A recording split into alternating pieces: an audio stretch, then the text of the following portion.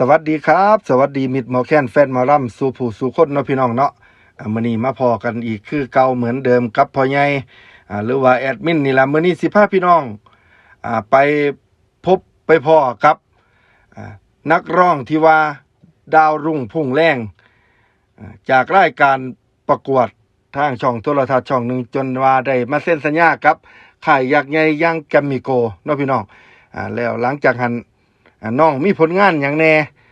และปังขนาดใดสิพาพี่น้องไปซ่อง3ผลงานเพลงสุดปังของแอมชนทิชาเนาะพี่น้องนักร้องลูกทุ่งดาวรุ่งที่ว่ามาแห้งสุดๆในช่วงเกือบสิสิ้นปีจนมาฮอดต้นปี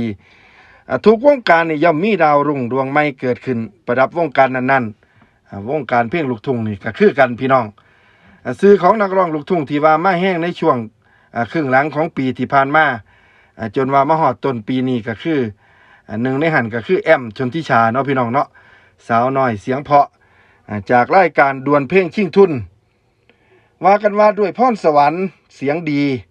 มีความสามารถในการร้องเพลงจังเฮ็ดให้น้องนี่ในปัจจุบันนี่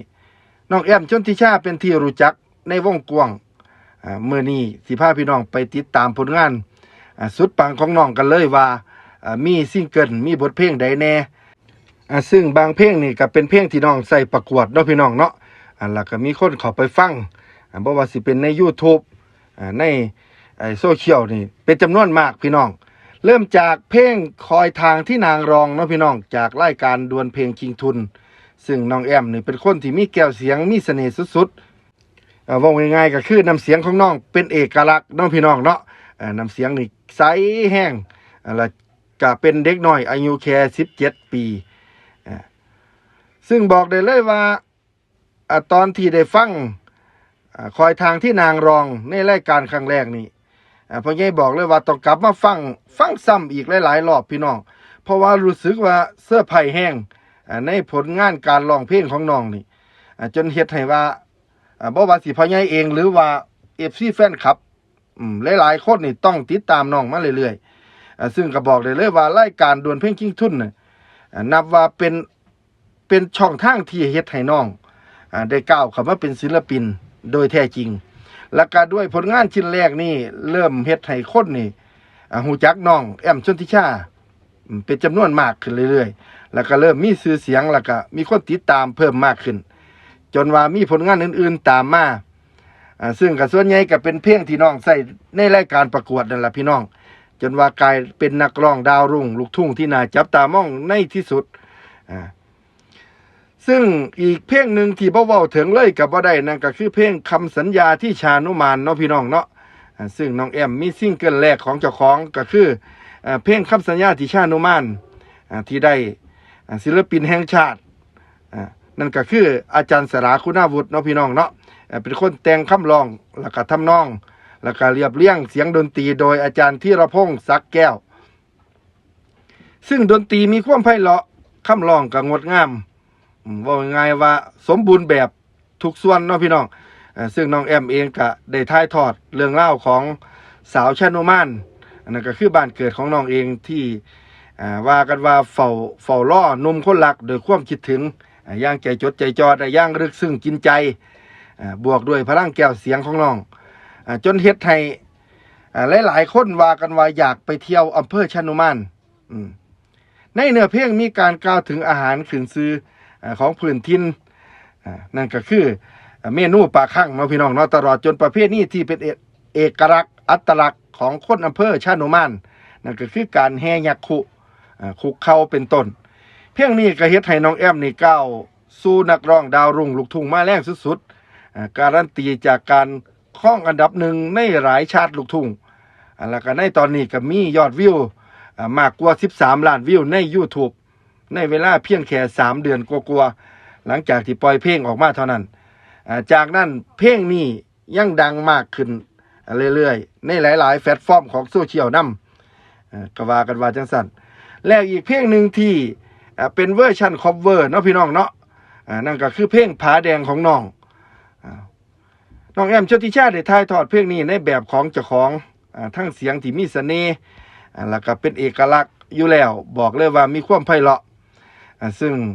พอไงได้ติดตามผลงานเพลงนี้ของน้องตั้งแต่แรกเริ่มตอนปล่อยใน YouTube ใหม่ๆก็จำได้ว่าผลงานชิ้นนี้มียอดวิวครบ1 ล้านวิวโดยใช้เวลาบ่โดนพี่น้องแล้วก็เวอร์ชันนี้ก็เป็นที่กล่าวถึงในวงกว้างอีกด้วยว่าจบเพลงนี้มียอดวิวมากกว่า6 ล้านวิวหลังจากการปล่อยเพลงเพียงแค่เดือนเดียวเท่านั้น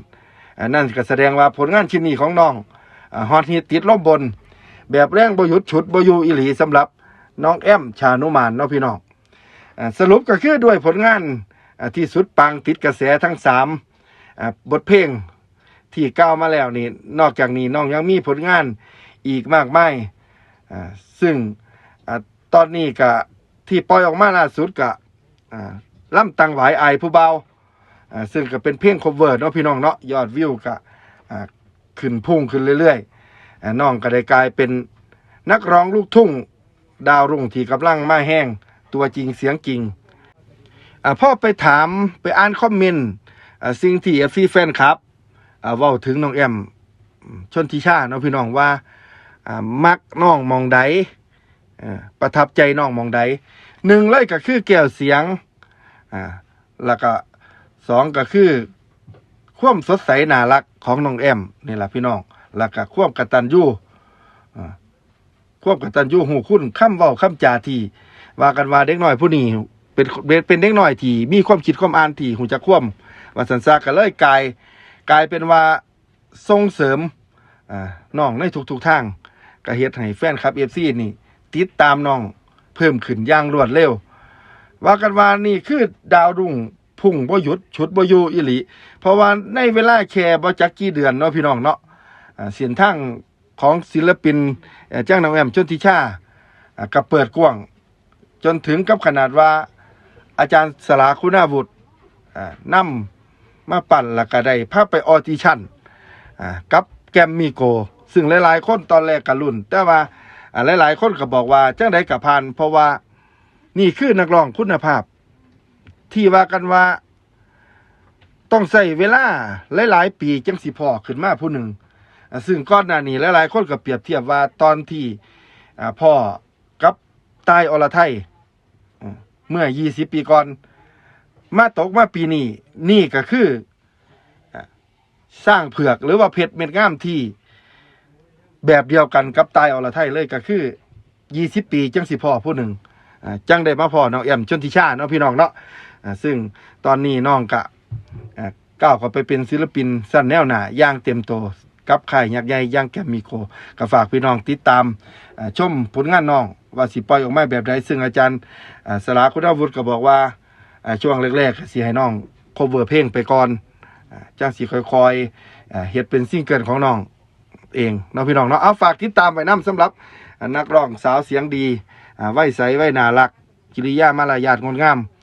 มีความกตัญญูกตเวทีจ้างน้องแอมชนทิชาเนาะพี่น้องเนาะสำหรับมื้อนี้